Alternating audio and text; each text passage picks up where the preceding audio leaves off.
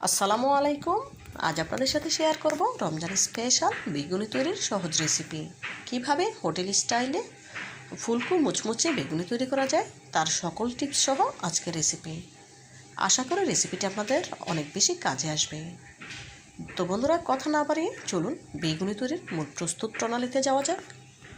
বেগুনি তৈরি করার জন্য প্রথমে বেসনের ব্যাটার তৈরি করে নিতে হবে। এখানে একটি মিক্সিং বোল নিয়ে নিচ্ছি একটি স্ট্যানার।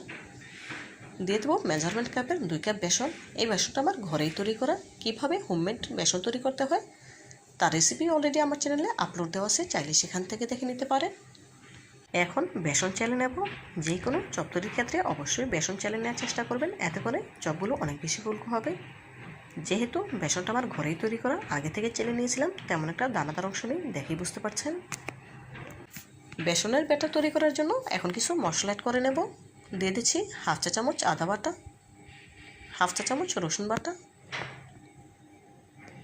কোয়াটার চা চামচ পরিমাণ মরিচের গুঁড়া, দেব কোয়াটার চা চামচ পরিমাণ হলুদের গুঁড়া, দেব কোয়াটার চা চামচ পরিমাণ জিরা গুঁড়া, কোয়াটার চা চামচের থেকেও কিছুটা কম পরিমাণে গরম মশলার গুঁড়া, স্বাদ মতো লবণ। এখন সবগুলো উপকরণ হ্যান্ড উইক্সের সাহায্যে খুব ভালোভাবে নেড়ে মিশিয়ে নেব।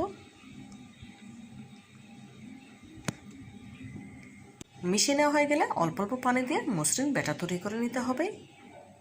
একসাথে বেশি পানি দেওয়া যাবে না, অল্প অল্প পানি দিয়ে বেসনের ব্যাটার তৈরি করে নিতে হবে।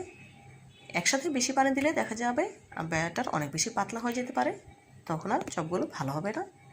সেজন্য অল্প অল্প পানি দিয়ে আমি ব্যাটার তৈরি করে নিচ্ছি। সবশেষে আপনাদের জানিয়ে দেব 2 কাপ বেসনের জন্য কতটুকু পানি লেগেছে। তো বন্ধুরা, ভিডিওর এই পর্যায়ে আপনাদের কাছে ছোট্ট একটি রিকোয়েস্ট রইল, যারা আমার ভিডিওটি ইউটিউব চ্যানেল থেকে দেখছেন প্লিজ ভিডিওটিতে লাইক দিয়ে চ্যানেলটি সাবস্ক্রাইব করে পাশে থাকা বেল বাটনে ক্লিক করে দিবেন। এবং যারা ফেসবুক পেজ থেকে দেখছেন প্লিজ লাইক দিয়ে পেজটিকে ফলো দিয়ে দিবেন, এতে করে আমি যখনই কোনো নতুন রেসিপি আপলোড করব সবার আগে আপনার কাছে পৌঁছে যাবে। এই কাজটি যারা অলরেডি করে নিয়েছেন আপনাদেরকে জানাই অসংখ্য ধন্যবাদ। দেখুন, হ্যান্ড উইক্সের সাহায্যে খুব ভালোভাবে ফিটিয়ে ব্যাটার রেডি করে নিচ্ছি। এভাবে করে বেশ কিছুক্ষণ ফিটিয়ে নিয়েছি। এখন আপনাদের দেখিয়ে দেবো ব্যাটারের ঘনত্ব কেমন হয়েছে। দেখুন, ওপর থেকে কিছুটা ব্যাটার নিচে ফেলার সাথে সাথে কিন্তু দাগটা মুছে যাচ্ছে না, কয়েক সেকেন্ড স্থায়ী থাকছে। এরকম হলেই বুঝতে পারবেন চপের জন্য ব্যাটার পারফেক্টভাবে রেডি হয়ে গিয়েছে। এখন এর সাথে অ্যাড করে দিচ্ছি কোয়াটার চা চামচ পরিমাণ বেকিং সোডা। এখানে বেকিং পাউডার নয়, বেকিং সোডা অ্যাড করেছি। আবারও নেড়ে খুব ভালোভাবে মিশিয়ে নিয়েছি। বেসনের ব্যাটারের সাথে অ্যাড করে দিতে হবে 1 টেবিল চামচ কুসুম গরম তেল। এতে করে বেগুনগুলো ভাজার পর অনেক বেশি ক্রিস্পি হবে এবং কয়েক ঘন্টা বেগুনগুলো মুচমুচে থাকবে। দেখুন, ব্যাটার রেডি করা হয়ে গিয়েছে। এখানে আমার সর্বমোট পানি লেগেছে 1 কাপ, আরও সাথে 1/3 কাপ পরিমাণে। এখন ব্যাটার সাইডে তুলে রেখে দিয়েছি। এদিকে একটি বেগুন নিয়েছি, দেখে বুঝতে পারছেন। বেগুনটাকে আমি পিস পিস করে কেটে নিয়েছি। আগে থেকে বেগুনটা ধুয়ে নিয়েছিলাম, সেজন্য আর কাটার পরে ধোয়ার প্রয়োজন নেই, এতে করে বেগুন থেকে পানি ছেড়ে দেবে। অবশ্যই বেগুনি তৈরি করার ক্ষেত্রে বেগুন আগে থেকে ধুয়ে নেবেন, কাটার পরে আর ধোয়ার প্রয়োজন নেই। দিয়ে দিলাম পরিমাণ মতো লবণ আর মরিচের গুঁড়া দিয়ে খুব ভালোভাবে মেখে নিচ্ছি। বেগুনের পুরুত্ব দেখেই বুঝতে পারছেন। এখন বেগুনি ভেজে নেওয়ার পালা। সেজন্য চুলে একটি প্যানে পর্যাপ্ত পরিমাণে সয়াবিন তেল দিয়ে পুরোপুরি গরম করে নিয়েছি।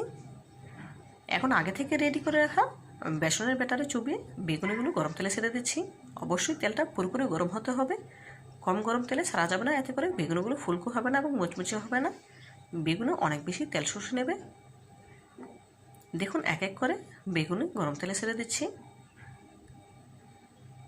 বেগুনিগুলো তেলে ছাড়ার পর গ্যাসের ফ্লেম মিডিয়াম হিটে করে দিতে হবে, হাই হিটে করে ভাজা যাবে না, এতে করে ওপরটা কালার চলে আসবে, ভেতরটা কাঁচা রয়ে যাবে, তখন আর বেগুনি খেতে ভালো লাগবে না।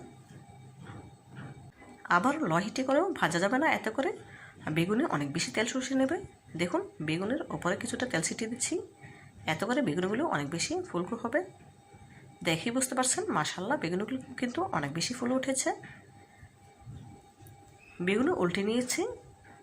এভাবে করে কয়েকবার উল্টে পাল্টে বেগুনগুলো ভেজে নেব গোল্ডেন ব্রাউন কালার হওয়া পর্যন্ত। দেখুন, এই পর্যায়ে বেগুনগুলো গোল্ডেন ব্রাউন কালার করে ভাজা হয়ে গিয়েছে, দেখেই বুঝতে পারছেন। এখন একটি চাকনিতে তুলে এক্সট্রা তেলটা সেঁকে নিতে হবে। এভাবে করে একই প্রসেসে সবগুলো বেগুনি ভেজে নিয়েছি। বেগুনের ফাইনাল লুকটা দেখুন, মাশাআল্লাহ, দেখতে কতটা সুন্দর এবং লোভনীয় লাগছে। দেখতে যতটা সুন্দর হয়েছে, খেতে তার থেকেও অনেক বেশি মজাদার। আপনারা একবার হলেও বাসায় ট্রাই করবেন, ইনশাআল্লাহ আপনারাও হোটেল স্টাইলে মুচমুচে বেগুন তৈরি করতে পারবেন। তো বন্ধুরা, আজকের মতো বিদায় নিচ্ছি। দেখা হবে নতুন কোনো দিনে নতুন কোনো রেসিপিতে। ভালো থাকবেন সবাই, আর আমার জন্য দোয়া করবেন যেন এমন আরও নতুন নতুন রেসিপি নিয়ে আপনাদের সামনে হাজির হতে পারি।